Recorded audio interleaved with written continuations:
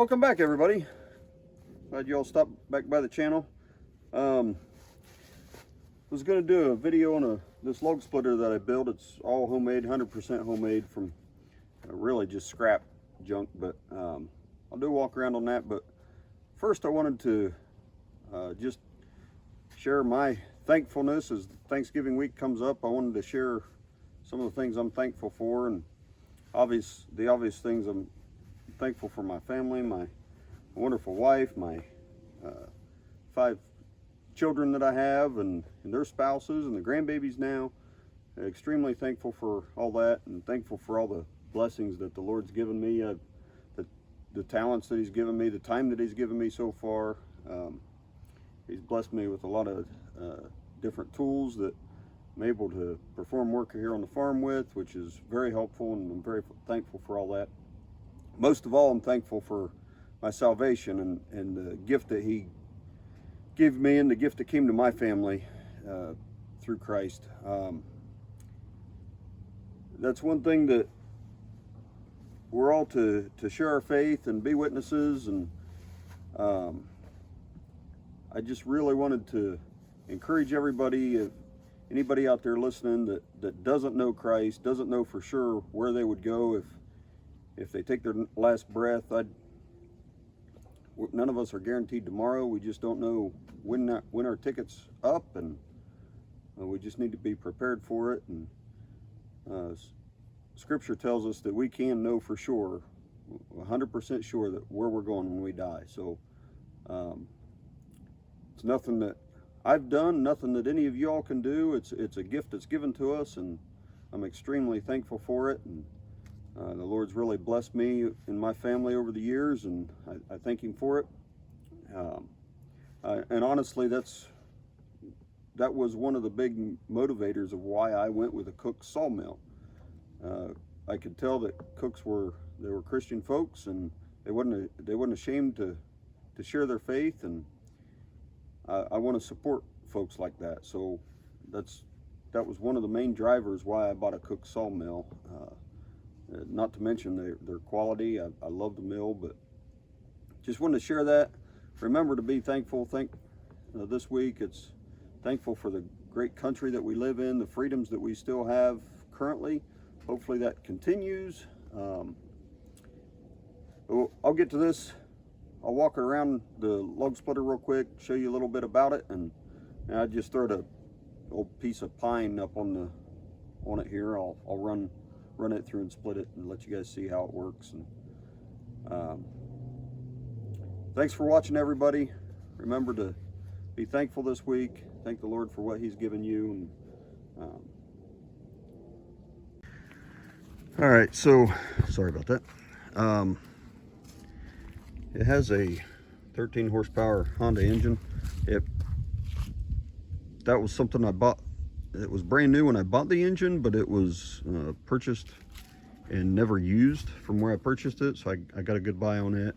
I did buy the 2-stage pump and the control valve. I purchased those new. The hydraulic cylinder is actually off of a Komatsu PC 120 excavator bucket cylinder that I cut down. I cut it lengthways because it was probably 2.5, 3 feet longer than that. So I shortened the rod. I've made this thing so you can split wood with it right like that, and I actually designed it. This is, I don't know, about halfway above my knees, between my knees and my waist, about halfway. So you're not bending over, you're standing there. So I wanted to design it so that I could stand up and split smaller stuff that wasn't heavy, but I also wanted to be able to stand the splitter up. So I just took a little bit of adjusting and measuring and all that to come up with the hinge point. So right there is my hinge point. Right here is my lock pin. I'll go ahead and pull that out. And currently, there's a lock here.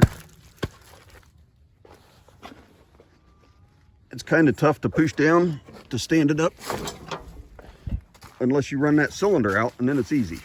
So there you can, I always just get down on my knees. I put this rubber mat down. That's also what I use to cover the engine up. So I'll get down here on my knees, roll the logs over here to me. And this is right at your arm height when you're bent down running it. So makes it pretty simple. I used the 3x5 heavy wall tubing, and my wedge actually comes all the way through, and it has that bottom plate on there. Kind of a simple design. I really like it. It works really well. The hydraulic tank was a used hydraulic tank. These fenders was off of some homemade tractor. I ran across them at somebody's house, and I'm like, what you doing with those? And they said, well, they came off an old homemade tractor, and so the lights aren't operational, but I use them. I strap my fuel cans on there or whatever. I did put a nice long tongue on it, so it's easier to back up, maneuver around with that nice long tongue on it. Anyhow, pretty simple.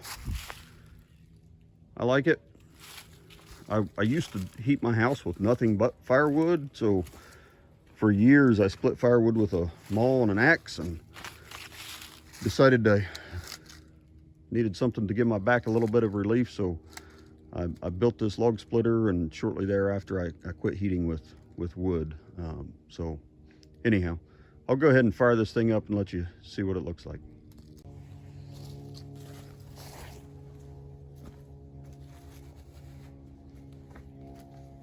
So this is what I like about Honda's. Another cold start. Turn the gas on, choke it.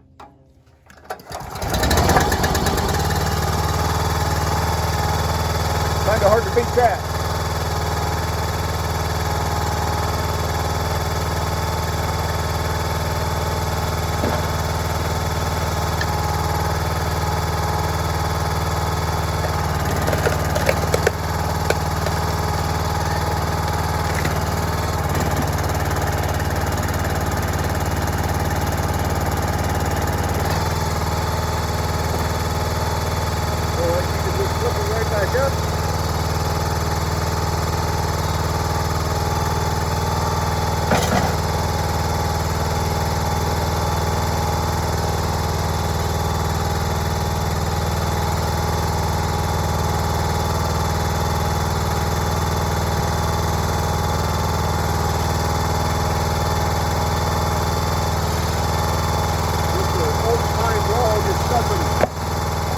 Nothing real difficult to split, but this is just barely above an idle.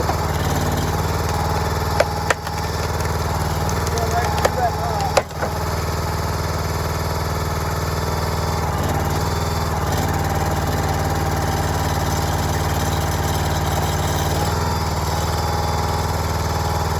At an idle, split that knot right in half. Just cut it right in half.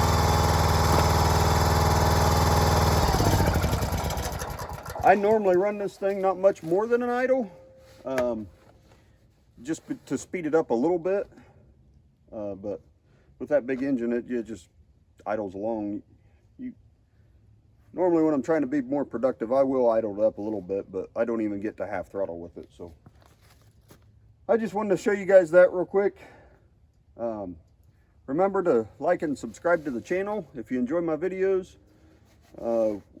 We do have a lot of firewood. We're going to go ahead and, the boys are going to go ahead and cut and split and sell for firewood from this stuff that was given to us. We wasn't able to make any material out of it, boards and stuff, so it'll be good firewood. So I wanted to get this dug out anyhow, and so that they can get to working. So again, thanks for watching, everybody.